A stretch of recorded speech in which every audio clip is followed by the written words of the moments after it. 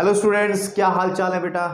उम्मीद है सभी अच्छे से होंगे और पढ़ाई भी अच्छे से ही कर रहे होंगे, ठीक है ना। अब हम लोग इस चैप्टर यानी कि जो चैप्टर हमारा चल रहा है क्लास 10th का निर्देशांक ज्यामिति है ना, अब ये लास्ट लगभग वीडियो की तरफ बढ़ रहा है क्योंकि हम लोग आज जो एक्सरसाइज कवर करेंगे इसके अंदर वो है एक्सरसाइज 7.4 यानी कि प्रश्नावली 7.4 और ये ऐच्छिक है यानी कि ऑप्शनल है वैसे, लेकिन मुझे लगता है कि इसको करना ज़रूरी है भैया।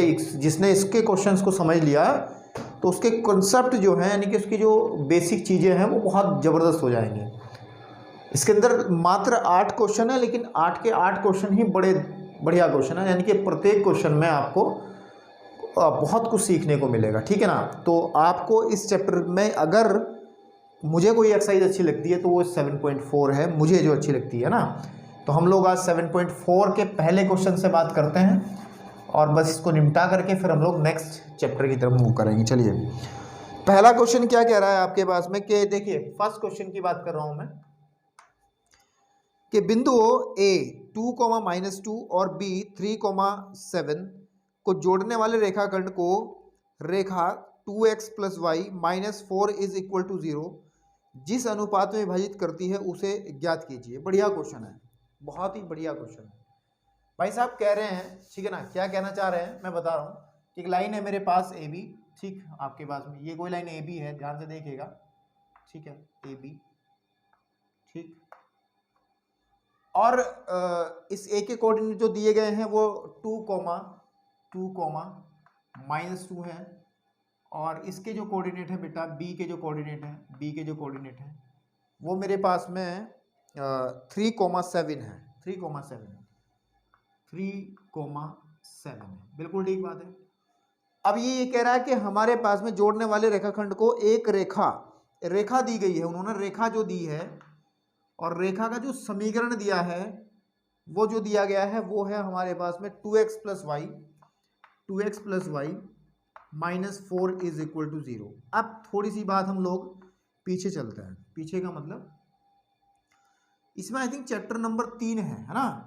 हमने जो पढ़ाया है कि दो चरों वाला, ठीक है ना, दो चरों वाले रैखिक समीकरण है ना, रैखिक समीकरण। इस टॉपिक पे पूरा एक चैप्टर है जो कि हम पढ़ा चुके हैं, हमारे चैनल पे वीडियोस उपलब्ध हैं। उससे हमने ये बात देखी थी कि जो दो चरों वाला रैखिक समीकरण होता है उसमें दो चर होते हैं, जैसे उसको हमने बताया था कि ax + के by + के c = 0 की फॉर्म का जो भी समीकरण होगा, यानी कि इसमें x और y तो क्या है, चर हैं, ठीक है। आपके पास में दो चर हैं और बाकी सब अचर हैं, और रैखिक का मतलब है कि x की भी एक घात है, y की भी एक घात है। तो हमने ये बात वहां पे सीखी थी, कहां पे सीखी थी, दो चरों वाले रैखिक समीकरण का जब हमने पाठ पढ़ा था तो हमने रैखिक समीकरणों का ना ग्राफ पढ़ा था। इनका क्या पढ़ा था हमने, ग्राफ पढ़ा था, ठीक है। और ग्राफ में हमने ये नोटिस किया था, आप लोगों ने भी देखा होगा कि अगर हम इस तरीके की समीकरण जो हमें दी गई है इसको अगर हम ग्राफ पे प्लॉट करेंगे, इसके कुछ पॉइंट्स बना करके, पॉइंट्स कैसे बनाते हैं उसका पूरा डिस्क्रिप्शन आपकी वीडियो चैप्टर नंबर 3 ही है ना, मैं एक बार कंफर्म कर लूँ कभी आपको गलत फहमी हो मुझे। हाँ बिल्कुल ठीक हूँ मैं, चैप्टर नंबर 3 में ही हमने पूरा ग्राफिकल मेथड और बहुत सारी चीज़ें हमने बताई थी, ठीक है। वैसे इस ग्राफिकल मेथड का इस क्वेश्चन से लेना देना नहीं है, कभी आप लोग सोचे कि सर ये बहुत ही टफ क्वेश्चन है, थोड़ी सी मैं इसकी भूमिका बना रहा हूँ ताकि आपको चीज़ें जुड़ जाए पीछे से। तो मैं ये कहना चाह रहा हूँ कि आपको कि इसका इस टाइप की समीकरण का हमने ग्राफ बनाया था, और ग्राफ जो आया था वो हमेशा एक सरल रेखा ही थी। ग्राफ के अंदर जब हम इसका ग्राफ बनाते हैं पॉइंट्स निकाल करके, तो हम जब भी उन पॉइंट्स को आपस में मिलाते हैं, उन बिंदुओं को मिलाते हैं, तो हमारे पास एक रेखा बन के आती है। तो मतलब सीधी सीधी बात, ओवरऑल मैं क्या कहना चाहता हूं, मतलब मेरा कहने का मकसद क्या है, मेरा कहने का मकसद सिर्फ इतना है कि बेटे ये जो दिया गया है आपके पास में 2x + y - 4 = 0, ये जो समीकरण है अगर इसको ग्राफ पे कहीं दिखाई देंगे हम, इसकी ये एक सरल रेखा होगी। और रेखा उसने कहा भी है, अगर मैं इतनी बात ना भी समझाता तो शायद आप लोग आइडिया भी लगा लेते, और अगर चैप्टर 3 आपने करा है अच्छे से तब भी आपको आइडिया आ जाएगा कि ये जो है हमारे पास ये एक रेखा बनेगी। और वो रेखा कैसे भी आ सकती है ना, कहीं भी वो आ सकती है। तो मैं ऐसे ही इसको थोड़ा सा ऐसे दिखा दे रहा हूँ, ठीक है ना। ये रेखा कौन सी है हमारे पास में, सपोज कर लो ये वाली रेखा है, और इस रेखा का जो समीकरण है वो ये है कि 2x plus k y minus 4 is equal to 0। अच्छा, माइनस 4 इज इक्वल टू 0, अगर मैं 4 को उधर ले जाऊं तो इसको ऐसे भी तो लिख सकता हूं मैं, इज इक्वल टू 4। कोई दिक्कत थोड़ा ही है, ये कोई बात थोड़ा ही है, ये तो आप खुद ही समझ सकते हो इस चीज को। तो कहने की बात ये है कि जो लाइन है, ये जो रेखा है जिसका समीकरण हमें दिया है, वो इस ए बी को पूछ रहा है किस अनुपात में काटेगी। तो अनुपात में काटने का मतलब ये है कि इसको काट के तो जा रही है, हम इस पॉइंट को हम कुछ भी कह देंगे, सपोज कर लिया हमने इसको पी पॉइंट कह दिया, और हम मान लेंगे कि ये जो लाइन है, ये जो लाइन है, ये वाली लाइन, ठीक है। अगर आपको अजीब लग रहा है तो मैं इसको माइनस बराबर 0, ठीक है। तो ये लाइन इसको के अनुपात 1, ठीक है, के अनुपात 1 में डिवाइड करती है। और के अनुपात 1 को लेकर के जो चर्चा हुई है पिछली 2 एक्सरसाइज में भरपूर हुई है कि हम लोग जब अनुपात निकालते हैं तो के अनुपात 1 वाली ही टेक्निक हम इस्तेमाल करते हैं, इसके अलावा और कोई टेक्निक इस्तेमाल नहीं करते, क्योंकि ये सिंपल और साधारण तक टेक्निक है, इससे बिल्कुल आसानी से चीजें निकल आती हैं। अब यहां लिखनी पड़ेगी कि माना, ठीक है, माना रेखा, ठीक है, रेखा कौन से वाली, 2x plus k y minus 4 बराबर 0, या इसको इधर भी लिया मैंने, थोड़ा लिखा है उसको, ठीक है, आपके पास में रेखाखंड, ठीक है, रेखाखंड ए बी को के अनुपात 1 में विभाजित करती है, ठीक है, करती है, ठीक है भाई, ये हमने लैंग्वेज लिख दी, ठीक है, तथा P जो है ये पॉइंट है, इसको पॉइंट को पॉइंट ऑफ इंटरसेक्शन बोलते हैं अंग्रेजी में, और हिंदी में बोलते हैं P प्रतिच्छेद बिंदु कह सकते हैं इन दोनों रेखाओं को, क्योंकि ए बी भी एक रेखा है और ये भी एक रेखा। इसको नाम नहीं दिया, अगर देना चाहो तो सी डी दे सकते हो, इसको सी कह दीजिए, इसको डी, लेकिन वो रेखा है। इस रेखा का मतलब क्या है, देखिए इसमें कहा गया रेखाखंड, एक रेखा का ये हमने खंड लिया है जहां ये ए है बी है, तो ये रेखा का एक हिस्सा है, हमने ए बी इसका प्रारंभिक और अंतिम बिंदु फाइनल है कि ये हमारा प्रारंभिक है, ये हमारा अंतिम, तो ये रेखाखंड कहलाया। और इसके लिए हमने शब्द इस्तेमाल किया है रेखा, क्योंकि हम रेखा है ये, इसको जब ग्राफ पे प्लॉट करोगे तो प्लॉट होती चली जाएगी। आप इसको ग्राफ पे कहीं भी प्लॉट करोगे तो इसका ग्राफ जो बनेगा, अगर आप पॉइंट्स रखते जाएंगे, मतलब आप ग्राफ की विधि आपने चैप्टर नंबर 3 में सीखी होगी, तो आप अगर पॉइंट रखते जाएंगे तो चलती चली जाएगी, कहीं भी खत्म नहीं होगी। इसके लिए हमेशा पॉइंट्स मिलते चले जाएंगे, तो हम इसको कहते हैं रेखा। क्या कहते हैं, रेखा। तो इस रेखाखंड और रेखा में अंतर आपको समझ में आना चाहिए कि हमने इसके लिए रेखा क्यों कहा है और ए बी को रेखाखंड क्यों कहा है, ये समझ में आना चाहिए। तो हमने लिखा है कि ए बी को, रेखाखंड ए बी को के अनुपात 1 में विभाजित करती है, तथा P प्रतिच्छेद बिंदु है, ठीक है, बिंदु है, पॉइंट ऑफ इंटरसेक्शन है, ठीक है, आपके पास में प्रतिच्छेद बिंदु है आपके पास, ठीक। तो बिंदु पे मात्रा मैं हमेशा अगर लगाता हूं तो इसको थोड़ा सुधारना मेरे को पड़ेगा, बिंदु पे मात्रा लगती है, ठीक है। तो फर्स्ट ऑफ ऑल हम लोग क्या करते हैं बेटा, फर्स्ट ऑफ ऑल हम लोग P के निर्देशांक निकालते हैं, किसके, P के। अतः P के निर्देशांक, क्या बेटा, P के निर्देशांक क्या होंगे उसको देखिएगा। P के निर्देशांक कैसे निकलेंगे, वैसे लिखते हैं P के निर्देशांक, और इसमें फॉर्मूला कौन सा लगेगा, फॉर्मूला वही लगेगा मेरे बेटे कि अगर ये x1 है, ये y1 है, ठीक है ना आपके पास, और ये हमारे पास x2 ये कोमा y2 है, और कोई भी पॉइंट P है, इसको m1 अनुपात m2 में डिवाइड कर रहा है, ठीक है। कहने की बात ये विभाजन सूत्र जो है एक्सरसाइज 7.2 का जो हीरो था, यानी कि जो हमारे पास 7.2 में जिस फॉर्मूले की हमने बात की है, उसको यहाँ डिटेल से नहीं बताऊंगा क्योंकि वीडियो नहीं तो लंबी हो जाएगी। इसको जानने के लिए आप लोग उसमें जाइए। तो हमारे इस केस में ये x1 का काम करेगा, ये y1 का काम करेगा, और इस केस में ये x2 का काम करेगा और ये y2 का काम करेगा मेरे बेटे, और ये m1 हो जाएगा, ये m2। तो हमारे पास x1 m2, x1 मतलब x1 1 हो गया, x1 ये हो गया, m2 1 हो गया, प्लस x2 m1 यानी कि 3 इंटू के अपॉन मेरे भाई k प्लस 1 आ जाएगा, ठीक है, k प्लस 1 आ जाएगा, ठीक है ना। दूसरे वाला पॉइंट क्या बनेगा, इसको थोड़ा ऊपर लिख दे रहे हैं यहाँ पे ना, कि ये वाली लाइन जो है वो है 2x प्लस वाई, या माइनस के 4 इक्वल टू 0 भी लिख सकते हैं, दिक्कत कुछ नहीं है ना आपके पास। तो दूसरा पॉइंट क्या बनेगा, y1 m2, तो यानी कि माइनस का 2 इंटू 1 प्लस 7k, ठीक है, 7k upon k plus one, ठीक। इसको सिंप्लीफाई अगर मैं कर दूं तो जो P पॉइंट निकल के आएगा मेरे पास, P पॉइंट वो आएगा आपके पास, मैं लिख दे रहा हूं, देखिए इसको मैं थोड़ा सिस्टम से लिख रहा हूं, 2 एकम 2 प्लस 3k बटे k प्लस वन, कोई दिक्कत बेटा, और हमारे पास ये आ जाएगा माइनस का 2 प्लस का 7k upon k plus one, ये P के निशांक हो गए, सीधी सीधी बात ये है। अब इसमें कॉन्सेप्ट हमें मेन मतलब लक्ष्य क्या है, लक्ष्य को समझना जरूरी है। लक्ष्य क्या है? लक्ष्य हमें के का मान निकालना, के निकलते ही अनुपात निकल आएगा, जैसे कि पहले क्वेश्चन में हमने किया है। अब हमें यह कहा गया है, ध्यान दीजिएगा, चूंकि बिंदु जो हमारे पास में P है, P रेखा 2x प्लस वाई माइनस 4 बराबर 0 पर स्थित है। देखिए जरा, स्थित है या नहीं है? स्थित है, देखो स्थित है नहीं है, बिल्कुल ठीक है। और हमने ग्राफिकल मेथड में भी या उसमें पहले हमने पढ़ा है कि अगर कोई रेखा पे कोई पॉइंट होता है, ठीक है, तो वो पॉइंट उसका आंसर होता है, हल होता है, कहने की बात सॉल्यूशन होता है। कि अगर हम लोग सॉल्व करते हैं, जैसे हम सिंपल सी बात है, मैं लिखा x plus k Y is equal to 2 ही मान लिया, तो अगर मैं इस पॉइंट की बात करूं, ये 1,1 है, देखिए ये 1,1 इस पे है, क्योंकि अगर मैं x की जगह 1 भरूंगा, y की जगह 1 भरूंगा, तो 1 प्लस 1 इज इक्वल टू 2, बिल्कुल सत्य बात है। तो इसका मतलब ये जो 1,1 है वो इसका, इस x प्लस 2 इस समीकरण का जो है ये हल है, ठीक है।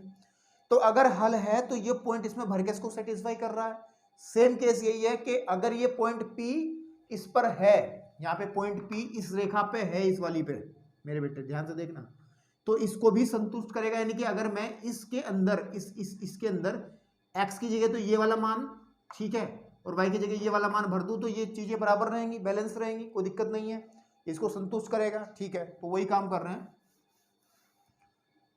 बिंदु P रेखा AB पर स्थित है, तो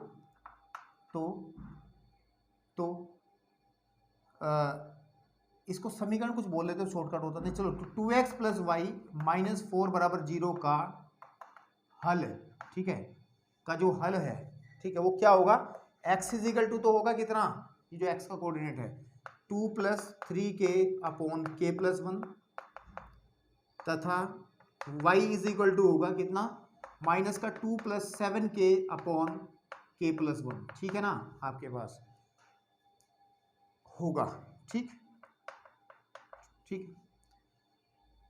चूंकि तो हमने लिख ही दिया, चूंकि इतनी थी तो इसीलिए हम लोग यहाँ पे एक चिन्ह लगा सकते हैं, इसको यहाँ फॉर्म में, तो इसीलिए इस लाइन का जो हल होगा ये होगा। तो मैं क्या कर रहा हूँ, अब इस इक्वेशन के अंदर x की जगह ये और y की जगह ये रख दे रहा हूँ। अतः समीकरण उठा लो वाली कौन सी है, कि 2x प्लस का y माइनस का 4 इज इक्वल टू 0, तो 2 की x की जगह ये भरेंगे, 2 इंटू आपके पास 2 प्लस के 3k अपॉन k प्लस 1, ठीक है भाई, प्लस y का मतलब है कि माइनस का 2 प्लस के 7k अपॉन k प्लस 1, ठीक है, और माइनस का 4 इज इक्वल टू 4 कर लो, उसको उधर ले जा करके, कोई दिक्कत नहीं है, ठीक है ना आपके पास, ठीक। तो अगर मैं इसको सॉल्व करने बैठूँ तो 4 प्लस के 6k, अच्छा एलसीएम दोनों का सेम है तो एक साथ लिख लूँ, माइनस का 2 plus 7k upon k plus 1 is equal to 4, तो सॉल्व कर लो, बस सॉल्व ही करना रह गया। 6 और 7 कितने होते हैं, 13, ठीक है, आपके पास में 6 और 7 कितने होते हैं हमारे पास में, 13, ठीक। तो इसको लिखिए जरा, 6 और 7 13 के, और ये आ जाएगा प्लस का 2 इज इक्वल टू, इसको उधर लेके जा रहा हूं मैं, 4k प्लस 1, ठीक है ना। तो 13k प्लस का 2 is equal to 4k plus 4, k को उधर ले आते हैं, कि 13k माइनस का 4k is equal to 4 minus 2, या 9k इज इक्वल टू आ जाएगा 2, या k की वैल्यू आ जाएगी 2 अपॉन 9, ठीक है ना। बस यही आंसर था। तो हमारे पास जो अतः लिख देंगे, अतः रेखा कौन से वाली, ये वाली, कि 2x plus y minus 4 equal to 0 रेखाखंड, ठीक है, रेखाखंड AB को 2:7 में विभाजित करता है, बढ़िया क्वेश्चन था, कहने की बात ये बहुत ही बढ़िया क्वेश्चन था। जैसे लैंग्वेज लिखी है आप लोग पेपर में ऐसे ही करके आएंगे और परफेक्ट लैंग्वेज है, कहने की बात ये बड़ा सिंपल वे में समझाने का भी प्रयास किया है। तो वीडियो को नोट कर लो आप, सॉरी रोक करके नोट कर लीजिएगा, कोई समस्या नहीं है। हम लोग क्वेश्चन नंबर 2 पे तब तक चर्चा करते हैं, ठीक है। चलिए क्वेश्चन नंबर 2 को ध्यान से देखिए और पढ़िए, इसको क्या कहना क्या चाह रहा है, ठीक है। आपके पास में क्वेश्चन नंबर 2, ठीक, देखिए इन्होंने कहा है कि x और y में संबंध बताना है मेरे को, है ना। यदि बिंदु मैं हल कर रहा हूं, ठीक है, नहीं हल कर रहा हूं दूसरे को, x, y, ठीक, 1,2 और 7,0, ये हमने क्वेश्चन पीछे बहुत कर लिए। संरेखी हो, ये सारे के सारे पॉइंट कैसे हो, संरेखी हो। संरेखीय कॉन्सेप्ट वही है कि अगर मैं इसको बेटा A कह दूं और इसको मैं B कह दूं, इसको मैं C कह दूं, तो सीधी बात ये रहेगी मेरे भाई कि अगर ये संरेखी हैं तो संरेखी का मतलब एक ही रेखा में है, ठीक है ना। आपके पास में ये A भी यही है, B भी यही है, C भी यही है, तो बने हुए त्रिभुज का जो क्षेत्रफल होगा 0 होगा। ये हमने बात बहुत बार चर्चा की है। तो हम लिखेंगे तो एरिया ऑफ ट्रायंगल, या लिख देंगे यदि, ठीक है, यदि A, B तथा C संरेखी हैं,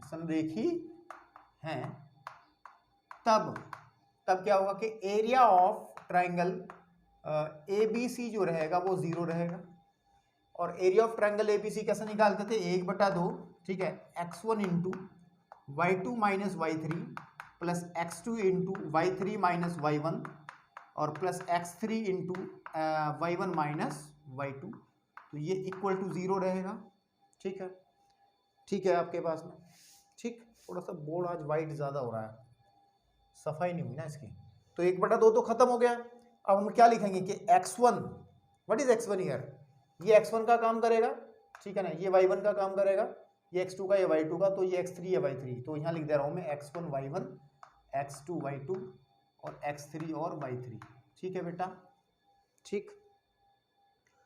तो मुझे लगता है ये आप क्वेश्चन कर सकते हो, इसमें कोई बड़ी बात नहीं है कि x1 की जगह हम लोग x रखेंगे और y2 minus y1, that is 2 minus 0, ठीक है, y3 है ना, प्लस x2 कितना है मेरे पास 1 है और y3 माइनस y2, ठीक है, प्लस x3 कितना है हमारे पास 0 है, ठीक है, नहीं भाई 7 है, ठीक है, और y1 माइनस y2 का मतलब y minus 2, that is equal to 0।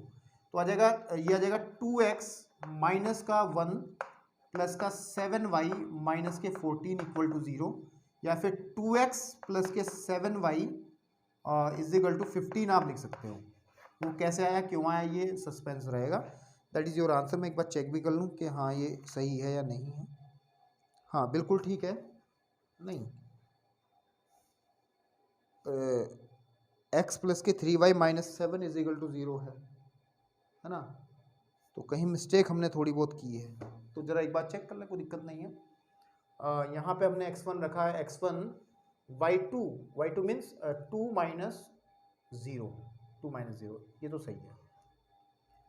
Then हमारे पास में x2 है 1 है, और y3 माइनस 0 माइनस y, और क्योंकि y1 आता ना तो यहाँ पे y आता भाई, ठीक, यहाँ पे y आता, पूरा मिस्टेक हुआ है, कोई बात नहीं, जल्दबाजी में होती चीज़ें। और यहाँ पे क्या आएगा फिर आपके पास में y3 7 है, x3 7 है, और y1 माइनस y2 तो y माइनस 2, ठीक है, ये सही है। तो आ जाएगा 2x माइनस y और प्लस के 7y और माइनस के 14 आ जाएगा, है ना, इक्वल टू 0।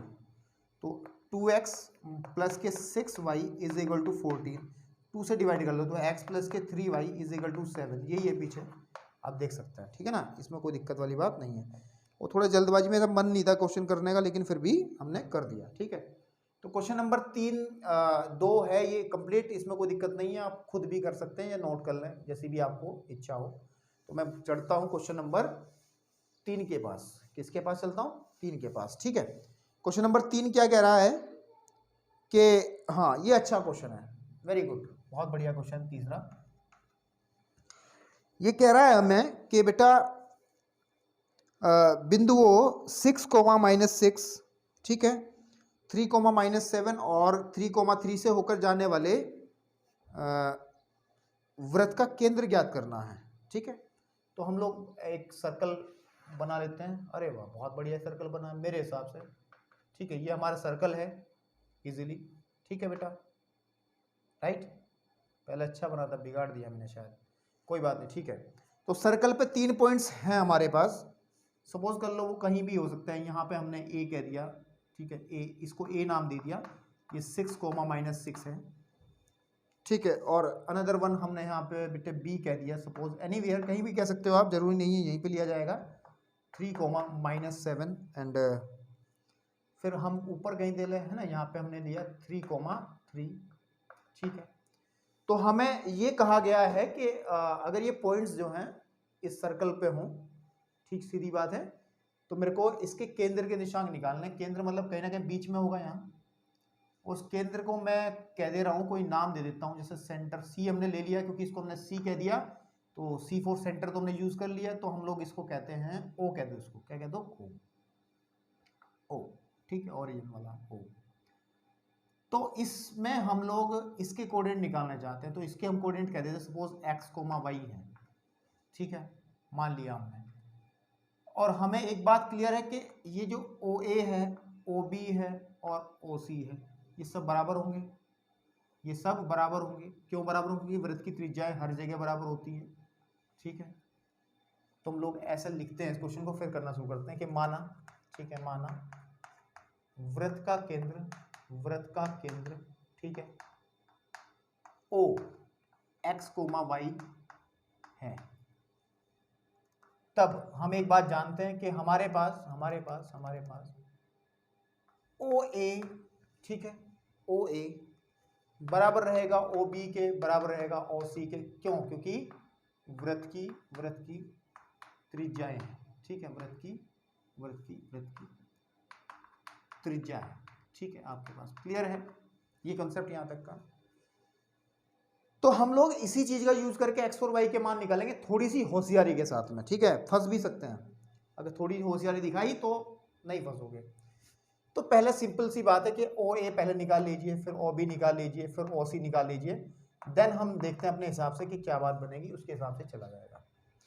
तो OA का मतलब क्या है? OA का मतलब क्या है कि डिस्टेंस A और O के बीच की दूरी। एक्सरसाइज 7.1 का दूरी वाला सूत्र, यानी कि इस चैप्टर का सबसे पहला फॉर्मूला यूज करेंगे हम लोग। कौन सा? दूरी का सूत्र, कि x2 - x1, ठीक है, तो x माइनस 6 का whole square plus y minus और माइनस प्लस का 6 का होल स्क्वायर, ये हमारे पास आ जाएगी OA। ज्यादा सॉल्व नहीं करना अभी सॉल्व यूं नहीं करना, क्योंकि अगर सॉल्व कर दिया तो आप फंसने के चांस बन जाएंगे। इसको यहीं रखेंगे अभी मेरे हिसाब से, बाकी कुछ लोग अपनी टेक्निक लगाएं, बात अलग है। अगर मैं OB निकालूंगा तो OB का मतलब क्या है हमारे पास? OB का मतलब कि O और B के बीच की दूरी, तो OB मतलब हमारे पास x2 - x1 के x माइनस 3 का whole square plus y plus 7 का होल स्क्वायर, इसको भी छोड़ देंगे। OC कितना बनेगा? OC कितना बनेगा हमारे पास में? OC हो जाएगा x माइनस 3 का whole square plus y minus 3 का होल स्क्वायर। ये सब मेजरमेंट आप समझते हो अगर आपने दूरी वाला, ठीक है, दूरी वाला सूत्र पढ़ा है, तब ये चीजें आपको समझ में आ रही होंगी। अगर आपने दूरी वाला सूत्र नहीं पढ़ा तो आप गलत जगह हो बेटा। इस एक्सरसाइज में आपका कोई काम नहीं है। आप लोग जाइए 7.1 को पहले करिएगा, तब 7.4 की हिम्मत रखिएगा। अब मेरे को x और y का मान, यहीं पे थोड़ी टेक्निक है इस क्वेश्चन को करने में। क्या है कि देखिए, अगर मैं OB को OC के बराबर रखता हूं, ठीक है, OB और OC में एक चीज कॉमन लग रही है मुझे, यहां भी x - 3 है, यहां भी x - 3 है, तो कहीं ना कहीं हमें फायदा इस चीज का मिल जाएगा कि जब मैं इन दोनों को बराबर रखूंगा तो बराबर होने से ये x का पूरा पोर्शन कट जाएगा और y का मान निकल आएगा, सीधी बात है। तो मैं क्या कर रहा हूं, मैं रख रहा हूं कि OB बराबर OC रख रहा हूं। अच्छा, एक चीज और कर सकते हैं इसमें, एक चीज और कर सकते हैं। क्या कर सकते हैं हम इसको थोड़ा और शॉर्टकट, चूंकि OB बराबर OC है तो OB का जो स्क्वायर रहेगा वो OC के स्क्वायर के बराबर रहेगा, तो हम लोग अंडर रूट से भी हमें निजात मिल जाएगी, है ना, कि जब OB का स्क्वायर करेंगे तो इसका स्क्वायर करेंगे तो अंडर रूट हट जाएगा, इसका स्क्वायर करेंगे तब भी अंडर रूट हट जाएगा। तो मैं ना बिना अंडर रूट के वैल्यू ले रहा हूँ, तब इस यहाँ पे लिख लो चूंकि, और इसीलिए हम लोग नीचे करके करेंगे कि ये हमारे पास के अंडर रूट तो लेना ही नहीं है क्योंकि स्क्वायर लेके चल रहे हैं। तो x माइनस के 3 का whole square plus y plus के 7 का whole square is equal to x minus 3 का whole square plus y minus 3 का होल स्क्वायर। कोई दिक्कत? अब ये पूरी टर्म जो है ये इससे कट जाएगी और पूरी समीकरण x में मिल जाएगी, यही थोड़ी सी इसमें टेक्निक थी, सॉरी पूरी समीकरण y में मिल जाएगी। तो जब लिखेंगे हम इसका फॉर्मूला खोलेंगे तो y का स्क्वायर a का स्क्वायर प्लस b का स्क्वायर प्लस 2ab वाला प्लस 49 प्लस के 14y इज इक्वल टू, क्या किया यहाँ पे a प्लस b का सूत्र खोला है भाई, चेक कर लो। तो y स्क्वायर प्लस के 9 माइनस के 6y, फिर y स्क्वायर से y स्क्वायर खत्म हो जाएगा और देखो 14y है, इसके पास 6y ले आओ, ठीक है, और 9 माइनस 14 इधर लेके जाओ तो 20y इज इक्वल टू आ जाएगा माइनस के 40। तो ये कह सकते हैं, सीधी सीधी बात ये है, मैं वहाँ पे दोबारा दूसरा काम करूँगा तो मैं यहाँ से मैं यहाँ पे काम कर रहा हूँ, ठीक है ना, ये थोड़ी स्पेस ले करके कि y का मान हमारा निकल करके आ जाएगा माइनस का 2। कितना आ जाएगा? y का मान निकल कर आ जाएगा हमारे पास में माइनस का 2 इजीली, ठीक। तो जब माइनस का 2 निकल करके आ गया, 2 निकल करके आ गया, तो अब हमें किसका मान चाहिए बेटा? हमें मान चाहिए किसका? किसका चाहिए? x का। और x का निकालने के लिए अब तो आप मर्जी है, मैं अब लिख रहा हूँ OA बराबर OB लेकर के काम चल जाएगा।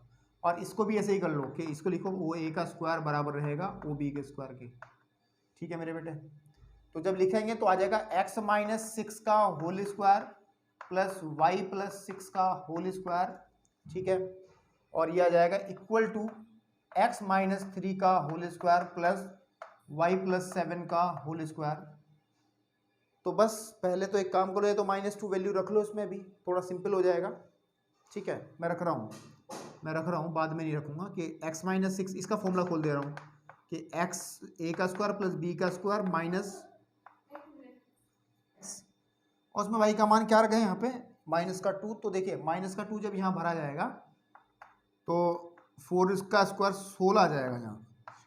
ये समझ रहे हो ना क्या किया मैंने यहाँ? इसको लिखना चाहिए वैसे यहाँ पे x का मान, इसको स्टेप को ऐसा ना लिखो, तो थोड़ा सा ऐसे ही चलाओ अभी।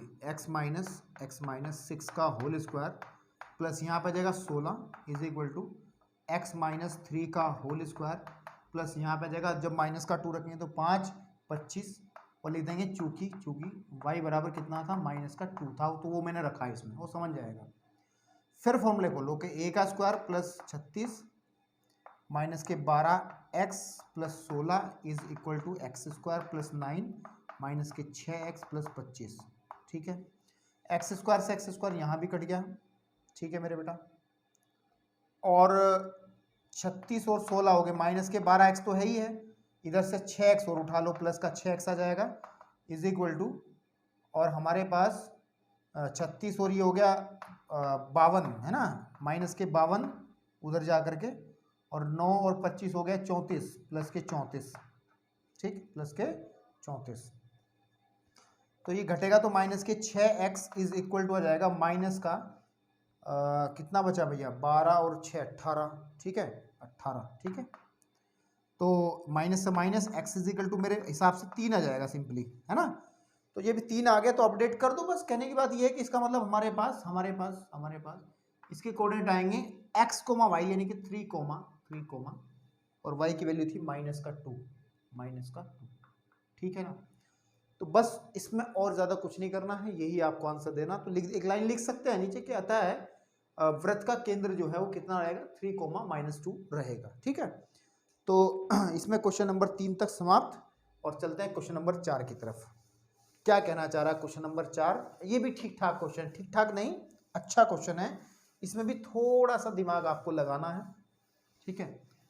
चलिए क्वेश्चन नंबर 4 कह रहा किसी वर्ग के दो सम्मुख शीर्ष -1, 2 और 3, 4 हैं, ठीक। चलिए वर्ग के अन्य शीर्ष निकालने, मतलब कि मेरे पास एक वर्ग है बेटा, ये हमारा कोई वर्ग है, ठीक है, ये वर्ग है, ठीक आपके पास, इसको मैं ए कह दे रहा हूँ, इसको मैं बी कह दे रहा हूँ, इसको मैं सी कह दे रहा हूँ, इसको मैं डी कह दे रहा हूँ। और उसने कहा है कि दो सम्मुख शीर्ष कहने के बाद अगर -1, 2 ये है तो उसके सम्मुख वाला शीर्ष ये बनेगा यहाँ, है ना। और उसके दिए हैं निर्देशांक 3, 2, ठीक है। और मेरे को फाइंड आउट करने हैं अब अन्य दो के, यानी कि इसके निकाल के दिखाने मुझे बेटा और इसके निकाल के दिखाने मुझे, ठीक। तो क्या किया जाए, कोई दिक्कत ना है, इजीली निकल जाएंगे। कैसे निकलेंगे देखिए, अगर मैं यहाँ मान लेता हूँ, ठीक है, मैं शुरुआत कर रहा हूँ क्वेश्चन को सॉल्व करने की, सॉल्यूशन कर रहा हूँ कहने की बात, ठीक है। तो मैं मान लेता हूँ, माना बी के निर्देशांक, ठीक है, x, y तथा अब हमें ये, अगर मैं x, y इसको बोल दे रहा हूँ, ठीक है ना, आपके पास x, y, तो इसके कुछ और बोल दें यहाँ पे, इसके भी तो निकालना है ना मेरे को, तो इसको a, b बोल दें, है ना। तथा d के निर्देशांक, ठीक है, d के निर्देशांक कितने रहेंगे, a, b हैं, ठीक है, a, b हैं। अब एक्चुअली एक बात है कि हमें इतना पता है, चूंकि ABCD एक वर्ग है ना, तो सीधी बात है कि AO जो रहेगा वो बराबर रहेगा OC के, AO बराबर AO कहाँ से आ गया, यार, AB बराबर रहेगा BC के बराबर रहेगा, CD के बराबर रहेगा DA या फिर AD के, ठीक है। अब पहली बात तो ये है कि हमें सबसे पहले इस B के कोऑर्डिनेट निकाल रहा हूं मैं, तो I am not talking about these 2 cases, हम इसके बारे में बात नहीं कर रहे, सिर्फ इससे काम करेंगे। जब AB बराबर BC के है तो वही यूज कर लो टेक्निक कि या छोड़ो ना, आप कंफ्यूज जाओगे देखते समय। AB का मतलब है कि A और B के बीच की दूरी, और सीधी सीधी बात है, आ जाएगा x+1 का होल स्क्वायर प्लस और y-2 का whole square is equal to, क्या किया है, अगर ये समझ में नहीं आ रहा है, ये दूरी वाला सूत्र लगाया, इस चैप्टर का सबसे पहला फॉर्मूला लगाया है कि अगर ये समझ नहीं आ रहा ये कहाँ से आया, तो आपकी जगह आप इस वीडियो को देखने लायक नहीं है, आपको जाना चाहिए आप पहली वीडियो के अंदर और सिलेबस को वहां से स्टार्ट करने की जरूरत है आपको, ठीक है। और हमारे पास BC बनेगी x-3 का होल स्क्वायर प्लस y-2 का होल स्क्वायर इजीली। अगर मैं स्क्वायरिंग बहुत साइड कर दूं, वर्ग करने पर ऐसा लिखते हैं ना, तो क्या बनेगा, दोनों साइड का स्क्वायर हट जाएगा, तो x+ का होल स्क्वायर प्लस y-2 का whole square is equal to x-3 का होल स्क्वायर प्लस y-2 का होल स्क्वायर, इससे ये कट जाएगा इजीली, ये समान है ना, यही फायदा था हमें इसका। अब हम लिखेंगे इसको x² + 1, ठीक है, प्लस का 2x is equal to x² + 9 minus के 6x, फिर x² से x² कट जाएगा, और उधर ले आकर के ये 8x हो जाएगा इज इक्वल टू, उसको उधर लेके जाएं अगर हम, तो हमारे पास ये 9 - 1 या फिर इसको भी 8 ही कहना है, और x इज इक्वल टू 1 आ जाएगा, सीधी बात है। अपडेट करना चाहो तो यहाँ कर दो कि हमारा जो पॉइंट ये बनेगा b, इसका पहला x का जो वैल्यू निकला है 1 निकला है, तो y हमें निकालना बाकी है, ठीक है। तो x कोऑर्डिनेट हमने निकाल लिया है ना, अब मुझे चाहिए y, अभी भी मुझे बहुत काम बाकी है क्योंकि हमें y भी निकालना है, a और b भी निकालना है ना, तो हमारा पहला ही काम पूरा हुआ है, कोई दिक्कत नहीं है, बस अब ये सुलझना शुरू हो गया क्वेश्चन, ठीक है। अगर ये निकला है ना, ये वाला पॉइंट पूरा ये निकाल लेंगे हम, टेक्निक है हमारे पास। तो अब इसको कैसे निकाला जाए, तो इसको निकालने के लिए मुझे लगता है अब विकर्ण की जरूरत थोड़ी सी हमें पड़ेगी इसमें। अगर मैं विकर्ण ऐसे बना लूं और आपको पता है कि वर्ग के अंदर ये 90 होता है और ये समकोण त्रिभुज है, और समकोण त्रिभुज में सीधी सीधी बात है पाइथागोरस पर में हमेशा काम करती है। तो अब यहां से शुरू करता हूं मैं, चूंकि ट्रायंगल त्रिभुज ABC एक समकोण त्रिभुज है, समकोण त्रिभुज है, ठीक। और अगर ये समकोण त्रिभुज है तो क्लियर कट इतनी बात तो कंफर्म है कि जो AC का स्क्वायर रहेगा वो हमेशा बराबर रहेगा AB का स्क्वायर प्लस BC का स्क्वायर। या कोई समस्या है किसी को, बताइए मुझे आप। क्लियर है ना? ये पाइथागोरस है ना, लिख सकते हैं यहाँ पे बेटा, यहाँ पे लिख सकते हैं पाइथागोरस, पाइथागोरस परमेय से, ठीक। अब या तो इसी में काम कर लो, लेकिन इसमें फंस जाओगे तुम। अगर इसी से काम करोगे कि इसको लेके चलोगे इसको, तो फंस जाओगे। इसमें एक टेक्निक थोड़ी और लगा सकते हैं कि AC का जो स्क्वायर है, देखो हमें ऊपर एक बात पता थी कि AB BC के बराबर है, तो AB BC के बराबर अगर है तो मैं इसको भी तो AB ही कह सकता हूँ, नहीं कह सकता भाई BC भी तो AB ही है, दोनों भाई के वर्ग है तो जितनी है उतनी ही है, सिंपल सी बात है। तो हम लोग इसको ऐसा भी कर सकते हैं, उसको थोड़ा सा और अच्छे से अगर लिखा जाए तो AC का जो स्क्वायर है that is equal to 2AB का स्क्वायर। अब थोड़ा आसान हो जाएगा ना काम, और उसको मैं यहाँ उठा करके करूँगा काम को उधर की तरफ, ये है।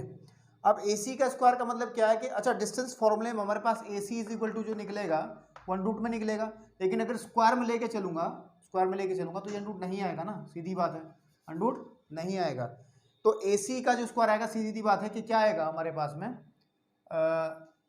3 माइनस प्लस 1 का होल स्क्वायर प्लस फिर कितना आएगा बेटा 2 माइनस 2 का whole square is equal to, और हमारे पास ये तो आ गया AC का स्क्वायर 2AB, तो 2 इंटू AB कितना बनेगा, या ऐसे भी कर सकते हैं अगर आपको कन्फ्यूजन हो रहा हो, इतना लिख लेंगे और हमारे पास इसका होल स्क्वायर आप कर लो ऐसे करके, है ना, इसको भी ऐसे ही कर लो, फिर अंडर रूट लिख लें, लेकिन कोई बात नहीं, होल स्क्वायर कर लेंगे बाद में, कि यह आ जाएगा x माइनस प्लस 1 का whole square plus y minus 2 का होल स्क्वायर, ठीक है आपके पास में, ये हो गया।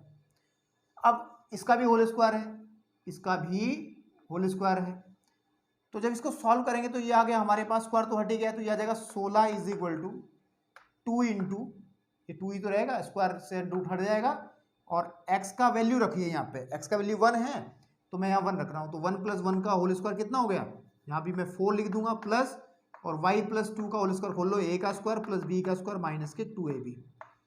यहाँ लिख दो कि हुआ क्या था, ये हुआ क्या है आपके पास में, ये हुआ क्या है, चूंकि x इज इक्वल टू 1 है ना, ये चीज लिख देना, ब्रैकेट में लिखना, गोल करके मत लिखना ऐसा, ठीक है। तो जब इसको काटेंगे हम लोग 8 बार ही आ जाएगा, 8 इज इक्वल टू आ जाएगा कितना, ये 4 और 4 8 plus k Y square minus के 4 है, 4y, 8 से 8 फिर कटेगा, या मैं ऐसे लिख लूँ वाई स्क्वायर माइनस के 4y इज इक्वल टू 0, या y को कॉमन निकालेंगे तो y minus 4 is equal to 0, और द्विघात समीकरण कहती है कि या तो y बराबर 0 रहेगा या फिर y इज इक्वल टू 4 रहेगा, क्योंकि y minus 4 is equal to 0 रखोगे तो y इज इक्वल टू 4 आ जाएगा। समझ में आ रही बात? तो कहने की बात ये है कि हमें y के दो वैल्यूज आई, क्या आई कि एक तो देखिए अगर हम x की वैल्यू 0 लें तो पॉइंट बनेगा 1,0, अगर y की वैल्यू 0 लें, और अगर हम y की वैल्यू 4 लें तो 1,4 बनेगा। तो अभी देखते हैं, अभी चर्चा करते हैं कि कौन सा बनेगा सही वाला। तो हम लोग अब जो हैं फाइनली हमारे पास दो वैल्यूज आई हैं, है ना, या तो 1,0 है या फिर 1,4, और कहीं ना कहीं ये 1,4 ये वाला पॉइंट आएगा, देख लेना चाहे, अगर आप ज्योमेट्री थोड़ी सी भी समझ रखते हैं तो 100% यही आएगा, मुझे जहां तक लगता है। अभी देखिएगा, अब हम लोग क्या करेंगे, अच्छा इस क्वेश्चन में थोड़ा सा काम बाकी है, आप इसको इतना नोट करके छोड़ दीजिए, फिर मैं इसको रफ करूंगा, चूंकि ठीक है कर दूं इसको रफ, ठीक है। चलिए अब इस क्वेश्चन में हम लोगों को एक तो आंसर निकल आया हमारा, ठीक, निकल आया नहीं निकल आया, कौन सा निकल आया, मैं लिख दिया, हम अपडेट कर दिया है, ये वाला आंसर आ गया है ना। अब मेरे को चाहिए वो वाला ए बी वाला पॉइंट। अब इसको कैसे निकाला, इसमें चक्कर ज्यादा पड़ने की जरूरत नहीं, एक हम एक लाइन और बना देंगे इसमें, तो आप लिखेंगे वर्ग के विकर्ण, ठीक है, परस्पर